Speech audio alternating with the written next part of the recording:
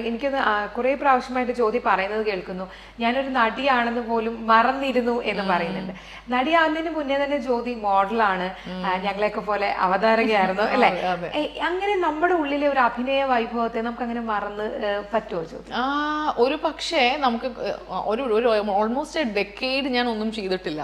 പിന്നെ നമ്മളുടെ പല പ്രയോറിറ്റീസ് മാറും. പിന്നെ നമ്മളുടെ പല പല കാര്യങ്ങൾ നമ്മൾക്കപ്പോൾ ഈ സൈഡിനെ പറ്റി നമ്മൾ ഒരുപക്ഷെ നമ്മൾ അത്രയ്ക്ക് ചിന്തിക്കാതെ വരുമ്പോൾ നമ്മൾ തന്നെ we become more what a wife or എന്താണ് mother or daughter in law or a daughter.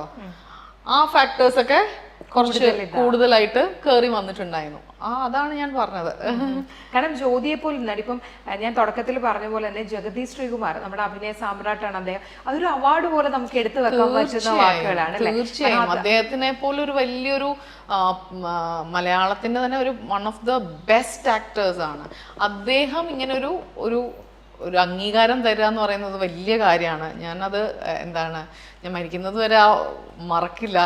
അതൊരു ഏറ്റവും വലിയ ഒരു അവാർഡ് കിട്ടിയ തുല്യമാണ്. സോ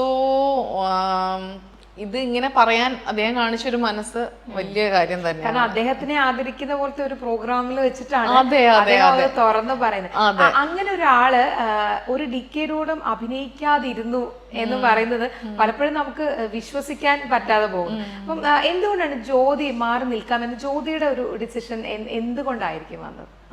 നമുക്ക് ഒരു കുറേ ചെയ്ത് കഴിയുമ്പോഴത്തേക്കും പിന്നെ ഒരു മൊണോട്ടണി ഫീൽ ചെയ്യാം. നമുക്കൊരു എക്സൈറ്റ്മെന്റ് ഫാക്ടർ ഇല്ലാണ്ട് വരിക വർക്കിൽ.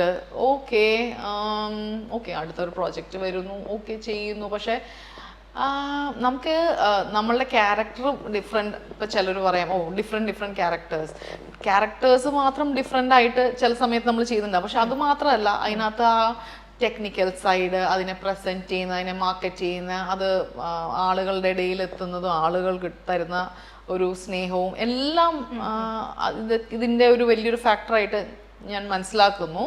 അപ്പോൾ അത് ചിലപ്പോൾ നമുക്ക് അങ്ങനെ വരാതെ ഇതൊരു ഭയങ്കര ഒരു എന്താ പറയുന്നേ, ഒരു മെക്കാനിക്കൽ പ്രോസസ്സായി മാറിക്കഴിയുമ്പോൾ നമ്മൾ ഇനി അതിനെ നമുക്ക് അതിനോടുള്ള ഇഷ്ടത്തിനെ നമ്മൾ കൊല്ലണ്ടല്ലോ എന്ന് വിചാരിച്ചിട്ട് നമ്മൾ വെയിറ്റ് ചെയ്യാം. ഇനി എന്തെങ്കിലും നമുക്ക് അങ്ങനെ ഒരു പ്രോജക്റ്റ് വരുമ്പോൾ ചെയ്യാം എന്ന് വിചാരിച്ച് ഞാൻ വെയിറ്റ് ചെയ്തൂന്നേ ഉള്ളൂ.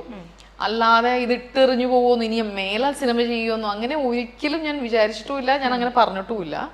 ഞാൻ ജസ്റ്റ് വെയിറ്റ് ചെയ്തു. പിന്നെ അതിൻ്റെ ഇടയിൽ നമുക്ക് എല്ലാവർക്കും അറിയാം, കോവിഡ് എന്ന് പറയുന്ന ഒരു വലിയൊരു നമ്മുടെ ഫുൾ വേൾഡിനെ എഫക്റ്റ് ചെയ്തിട്ടുണ്ടായിരുന്നു. അപ്പോൾ പലർക്കും ജോലി ചെയ്യാവുന്ന ഒരവസ്ഥയായിരുന്നില്ല.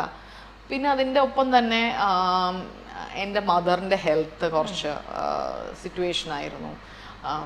മോനുണ്ടായി ആ സമയത്ത്. അങ്ങനെ പല പല കാര്യങ്ങൾ നമ്മുടെ ശ്രദ്ധകൾ മാറിപ്പോയി. അങ്ങനെയൊക്കെ കൊണ്ട് ചെയ്തില്ല. അങ്ങനെ വന്നോനെ ചെയ്യാൻ അവസരം കിട്ടിയില്ല. അത്രയേ ഉള്ളൂ.